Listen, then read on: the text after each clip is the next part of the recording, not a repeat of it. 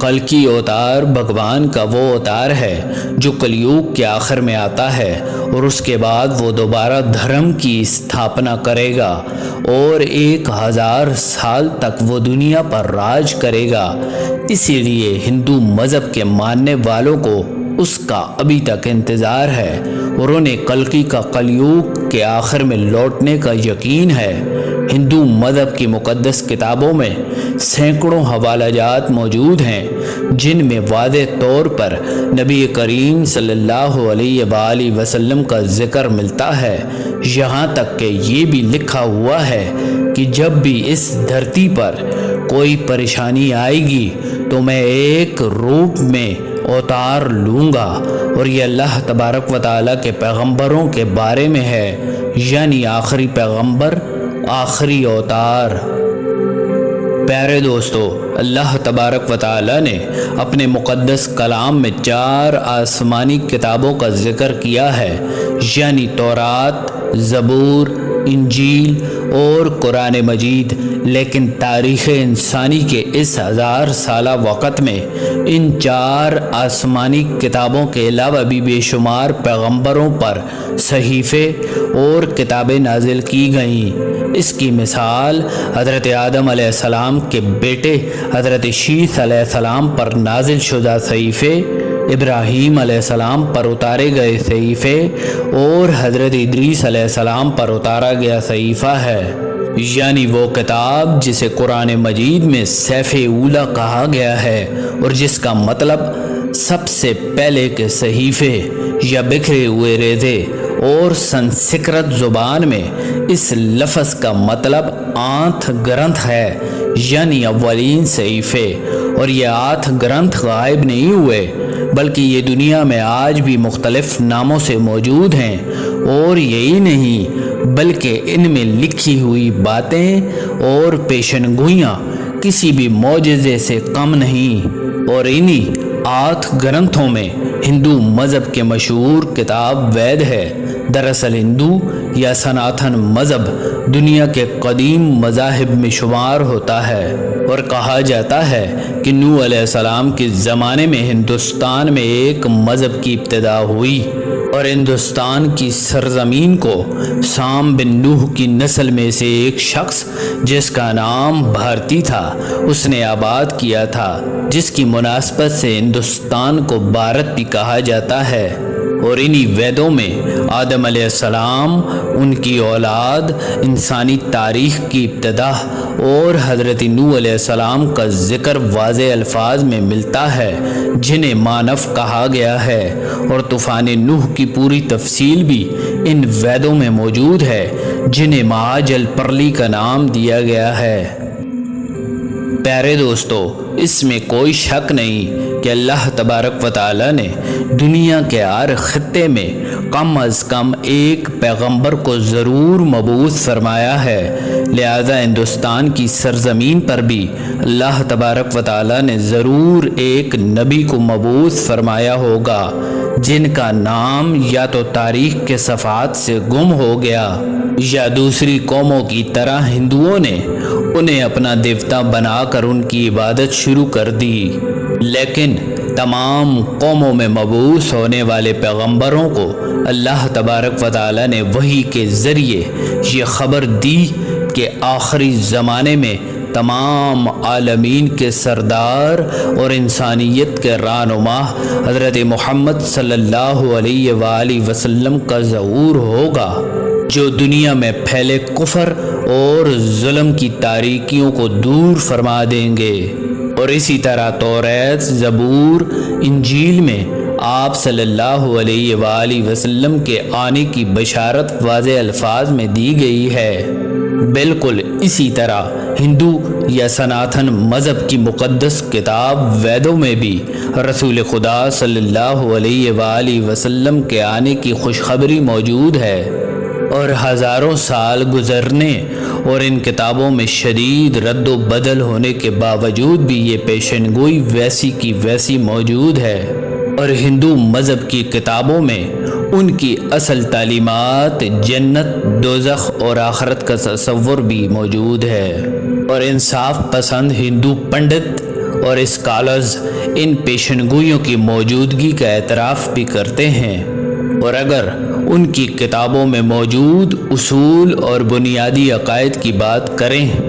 تو پرانوں میں خدا کے اوتار کا تصور ملتا ہے۔ اوتار کا مطلب ہے زمین پر آنا، یعنی وہ ہستی جسے خدا پیغام پہنچانے کے لیے زمین پر بھیجتا ہے، اور ہندو مذہب کے ان ویدوں کے مطابق اوتار کو اس وقت دنیا میں بھیجا جاتا ہے جب لوگ گمراہ اور بے دین ہو جاتے ہیں اور انسانیت کو تکلیف دینے لگتے ہیں، گناہوں اور ظلم میں اضافہ ہو جاتا ہے، بدکاری، لوٹ مار اور سادھوؤں کو تکلیف پہنچائی جاتی ہے۔ اور شاستروں کے مطابق اوتار کی مختلف اقسام ہیں، مثلاً آویش اوتار، انش اوتار، ویمس اوتار وغیرہ۔ اور ہندو دیوتاؤں مثلاً رام، برہما اور وشنو کے 10 سے 24 اوتار ہیں جو انسانیت کی رہنمائی اور برائی کے خاتمے کے لیے ہر یگ میں پیدا ہوتے ہیں۔ دراصل ہندو مذہب کے ویدوں اور پرانوں کے مطابق وقت کو 4 حصوں میں تقسیم کیا گیا ہے: سدھی یگ، ترتا یگ، ارپری یگ اور کلی یگ، اور پانڈوؤں کے ظہور کے فوراً بعد کلی یگ کی ابتدا ہوئی۔ ہم جس میں ابھی زندہ ہیں اس یگ میں گناہ اور برائی بہت زیادہ ہے، نیکی اور اچھائی نہ ہونے کے برابر ہے۔ اور ہندی علم فلک کے مطابق کلی یگ 3102 قبل مسیح کی نسبت شروع ہوا تھا، اور یہ دور وہ تھا جب شری کرشن نے دنیا کو الوداع کہا تھا، اور تمام یگ میں ہندو دیوتا وشنو کے 9 اوتار اس زمین پر بھیجے گئے تاکہ وہ لوگوں کی رہنمائی کریں۔ لیکن ہندوؤں کے مطابق وشنو کے 10ویں اوتار یعنی کلکی اوتار کو آخری یگ یعنی کلی یگ میں بھیجا جائے گا، اور اس کی پیشنگوئی، آنے کا زمانہ اور حالات و شناخت سب کچھ ہندوؤں کی مقدس کتاب کلکی پران میں موجود ہے۔ اور اسی کلکی پران کے مطابق کلکی اوتار کو کلی یگ میں آنا ہے اور وہ انسانیت کا مسیحا ہوگا۔ اور دوسری جانب جب پیغمبر اسلام خاتم النبیین حضرت محمد مصطفیٰ صلی اللہ علیہ وآلہ وسلم کی سیرت مبارکہ کا مطالعہ کیا جائے تو یہ بات صاف نظر آتی ہے کہ کلکی اوتار کوئی اور نہیں بلکہ خود رسول خدا صلی اللہ علیہ وآلہ وسلم کی بابرکت ہستی ہے۔ اور پرانوں اور شاستروں کے مطابق کلکی اوتار ایک دیس یعنی جزیرے میں پیدا ہوگا، اور حضور نبی کریم صلی اللہ علیہ وآلہ وسلم جزیرہ عرب میں پیدا ہوئے تھے، اور انہی پیشنگوئیوں کے مطابق کلکی اوتار سمل نامی گاؤں میں پیدا ہوگا،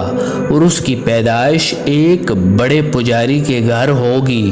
اور اگر سمل کا ترجمہ کریں تو اس کا مطلب امن کا علاقہ ہے، اور نبی کریم صلی اللہ علیہ وآلہ وسلم بھی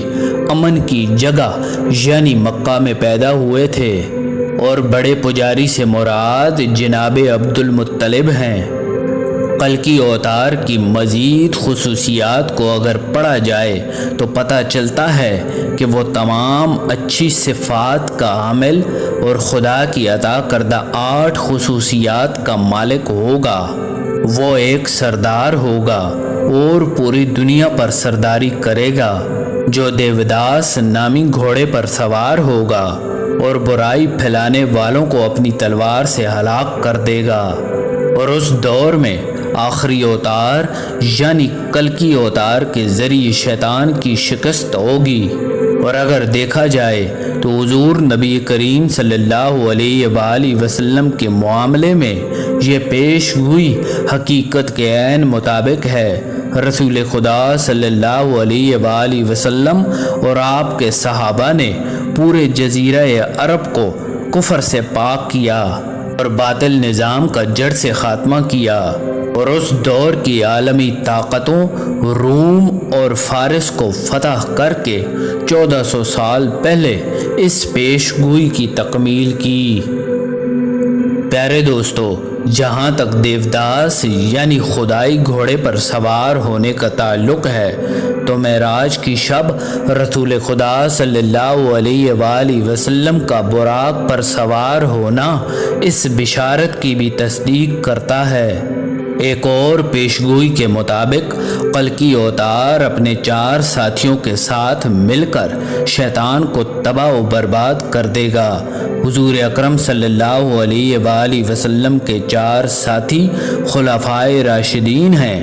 جنہوں نے رسول خدا صلی اللہ علیہ وآلہ وسلم کے ساتھ مل کر ظلم اور باطل قوتوں کے ساتھ جنگیں لڑیں اور باطل نظام کو تباہ کر کے حق کا پرچم لہرایا، جنہیں دنیا آج ابو بکر، عمر، عثمان اور علی کے نام سے جانتی ہے۔ اور اگر کلکی اوتار کی پیشن گوئیوں اور رسول خدا صلی اللہ علیہ وآلہ وسلم کی سیرت کو ملایا جائے تو ہر لفظ سچائی کی گواہی دیتا نظر آتا ہے۔ پورے ہندوستان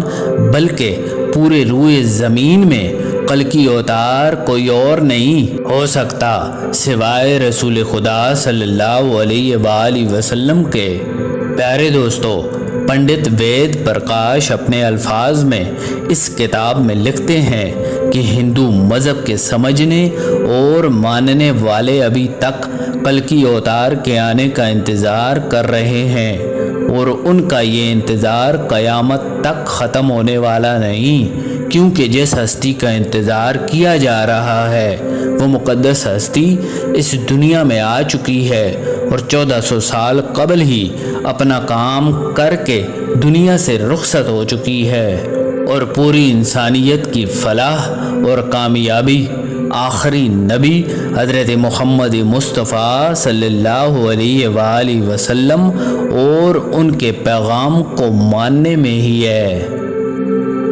امید ہے ہماری آج کی یہ کاوش آپ کو ضرور پسند آئی ہوگی۔ ملتے ہیں ایک نئی اور منفرد ویڈیو کے ساتھ۔ اللہ نگہبان۔